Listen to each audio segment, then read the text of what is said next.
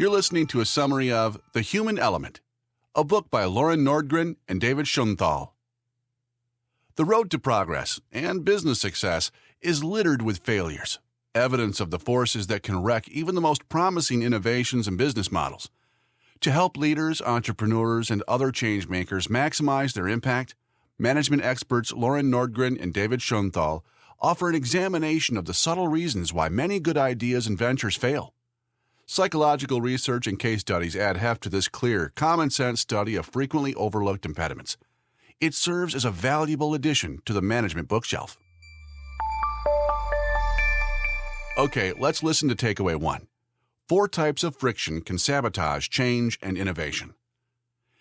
When innovators and change makers try to promote their products and ideas, they tend to focus on the benefits of embracing them. And they often fail. People resist embracing new things for 4 basic reasons. First, inertia. Second, the effort required to make a change. Third, emotional responses. And fourth, reactance, the backlash that can happen when a person feels pressured. These 4 sources of friction correspond to the 4 basic elements of innovation: the extent of change it introduces, the costs it imposes, the audience's response, and the innovator's approach to introducing the idea. Think of the benefits of a change or innovation, as well as the costs and risks of not adopting it, as fuel. They drive an innovation or offering forward. Fuel works because it highlights the reasons to make a change or embrace an offering. But fuel has limitations, and it loses power when it encounters humans' sensitivity to costs and negativity bias, the propensity to give negative things more weight than positive ones. Regardless of the benefits of a choice, even a small amount of negatives can cause people to turn away. Fuel can backfire, too, when people feel overly pressured to make a change or adopt an innovation. Despite the power of friction to derail progress, innovators and change makers tend to keep focusing on fuel because it's easier to see. But when friction is undermining a change or preventing acceptance of an offering, adding more fuel is unlikely to help, and it can even cause further harm. The sources of friction can be elusive. You'll need empathy to perceive and understand them. Now for the second takeaway. Inertia, the first type of friction, causes people to avoid the unknown. Inertia stems from the fact that people tend to stick to the familiar and steer clear of the new and unknown, an aversion that has roots in the elemental desire for safety. This sort of friction leads to stagnation and places limits on people's thinking. Inertia can even stand in the way of investment and the development of social capital. For example, Japanese investors choose to put 80% of their funds into Japanese companies, missing out on the 91% of global capitalization based outside Japan. Likewise, in social situations, people usually gravitate toward people like themselves, foregoing opportunities to broaden their networks. Okay, let's move on to the third takeaway. To counter inertia, make the unknown feel more familiar. To overcome inertia, focus on making the unknown seem more familiar. Use 2 major approaches. The first, help people acclimate to the new idea or change. Consider the following strategies. First, use repetition. The more people encounter something, the more they'll accept and even like it. Second, take baby steps. People will tolerate new things more easily in small doses. Third, use a familiar messenger. People will listen more readily if they know or feel similar to the messenger. Fourth, refer to a prototype. Frame the innovation or new idea as a variation of something familiar. Tesla made its electric car look exactly like a normal car. And fifth, employ an analogy. Explain an innovation in terms of something people know. For example, it's like a Roomba for your yard. Don't ask people to buy in until they've grown accustomed to the new idea. The second major approach is to make the new idea or change seem less of a leap by modifying the context. To do this, create a more extreme alternative that causes your offering to seem less dramatic in comparison. Restaurants use this tactic when they place an outrageously priced option on a wine list. The other price is pale by comparison. This technique makes it more likely people will order a pricey bottle, because they can reassure themselves it's not the most expensive one. Also consider using the decoy effect. offer a truly undesirable option and highlight it. This can make it easier for people to see the reasons to choose your preferred alternative. Here's the next takeaway. Having to expend effort, the second friction, can arouse resistance to change. When people face a choice between different paths, they will obey the law of least effort. They'll choose the path offering the greatest rewards given the effort required. Conversely, people will quickly accept change if it reduces the effort needed to do something, such as online shopping. People tend to think about the level of effort involved before other considerations. Thus, too much effort can easily outweigh the benefits or value to be gained from a course of action. The desire to avoid extra effort is so powerful, it even distorts people's perceptions. In an experiment, people had to move a joystick left or right to match the direction dots were moving on a screen. When the researchers made it harder to move the joystick to the right, people tended to see the dots as moving to the left, even when they were moving to the right. Small differences in effort levels make a significant difference. Just moving a bowl of candy a little farther away, 20 inches, led people to reduce how much they ate by half. Leaders tend not to consider the effect of effort when they attempt to create change, a phenomenon called effort neglect. In general, people don't realize just how much effort matters in resistance to or acceptance of change. Okay, let's hear the fifth takeaway. To reduce effort friction, use streamlining and roadmaps. The antidote to the friction of effort is to make the change or innovation easier to embrace. Consider the two dimensions of effort, ambiguity and exertion. Ambiguity refers to a person's uncertainty about exactly what to do to implement a change or achieve a goal, such as where, when, or how to take action. To reduce ambiguity, offer a roadmap. Tell people exactly what they need to do. Ideally, provide an if-then trigger to spark people to remember to act. For example, during World War II, the government doubled its sales of war bonds by adding this line to posters. Buy them when the solicitor at your workplace asks you to sign up. Exertion refers to the expenditure of energy to do something. The antidote to exertion is streamlining, removing barriers to action. To discover where exertion might present an obstacle, ask questions about the customer journey or change process and reflect on the answers. Create an experience timeline showing the steps involved in achieving a goal, and then remove the negative elements or friction points.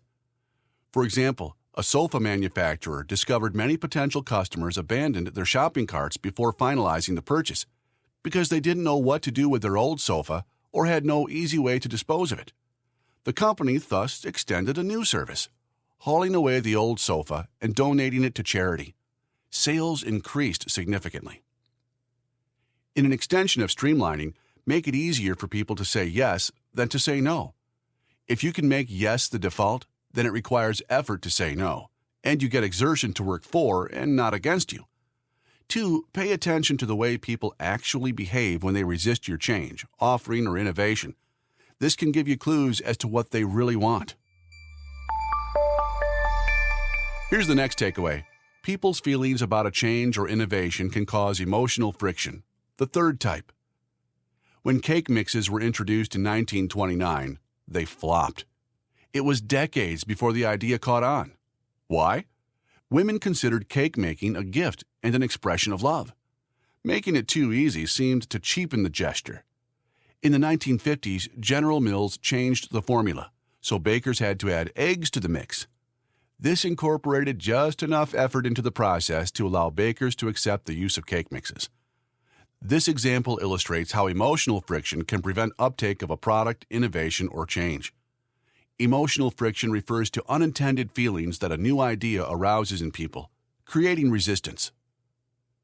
Product innovator Bob Mosta and, later, the thought leader Clayton Christensen spotlighted the role of emotion when they posited that people hire products or services to fill a need, often an emotional need. Emotional friction comes up in B2B as well as B2C contexts. It can even exist within organizations themselves. For example, emotional friction may result in a leader hiring less than ideal candidates or sidelining talented people to minimize threats to their personal power, even when this action harms the business. All right, now let's hear takeaway number 7. To allay emotional friction, you first have to uncover it. Many people have inattentional blindness, an inability to perceive things they're not specifically looking for. You'll need to overcome this tendency to discover emotional frictions. 3 techniques can help. First, ask why. Dig deep to find out why people object to a new idea.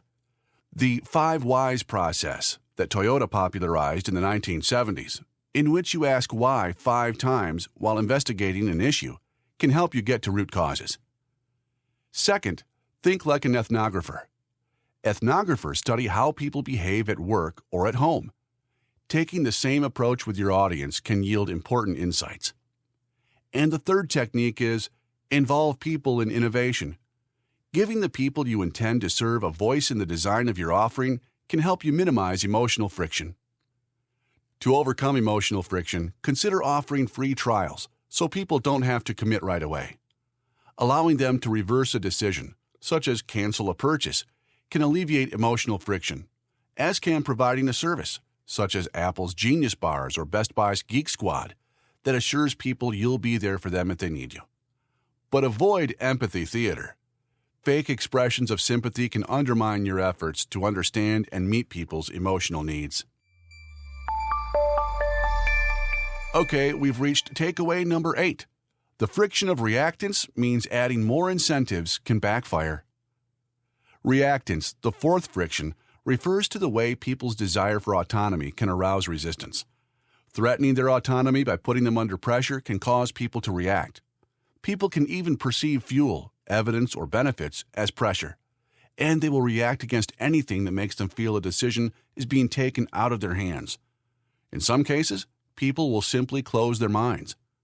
Cults persist, for instance, because people reject scientific evidence when it feels oppressive and would force them to admit to being wrong. 3 situations, in particular, will trip reactance: threatening a person's core beliefs, pressuring people to change, and excluding people from the process of designing an idea but expecting them to execute it. Great, here's the 9th and final takeaway. To avoid triggering reactance, help people persuade themselves. Self-persuasion diffuses reactance. Self-persuasion means guiding people to arrive at the decision or conclusion you seek of their own accord. You can accomplish this by asking questions to prompt people's own process of discovery. In politics, the technique called deep canvassing employs this approach. Instead of just telling voters to think or vote a particular way, canvassers ask a series of questions to lead people along a certain train of thought. This approach can create empathy. It's been shown, for example, to reduce transphobia. Use questions to build a yes ladder. Start by asking a question where you know agreement exists. That first yes establishes common ground. Then you can ask a more challenging question and have a better chance of getting a subsequent yes. Advocates of legalized marijuana used a yes ladder to overcome inertia and emotional friction and to avoid spurring reactance. They first worked for legalization of medical marijuana, a question the public and legislators could agree on. Only after people had become accustomed to legal medical marijuana did the advocates move forward to decriminalizing recreational weed. Follow these guidelines for using self-persuasion.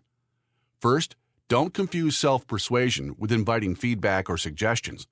Self-persuasion involves a specific process of guiding people toward an insight.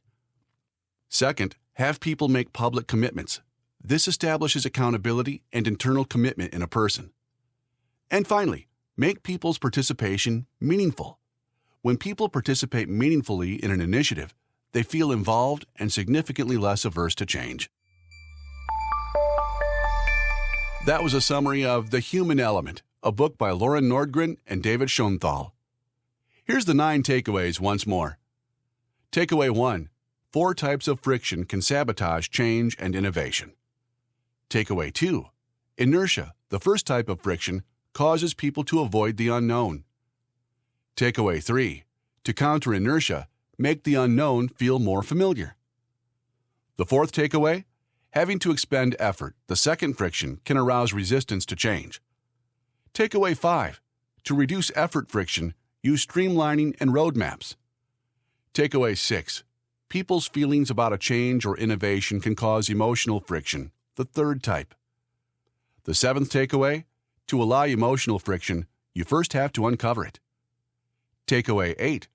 The friction of reactance means adding more incentives can backfire. Finally, takeaway 9. To avoid triggering reactance, help people persuade themselves.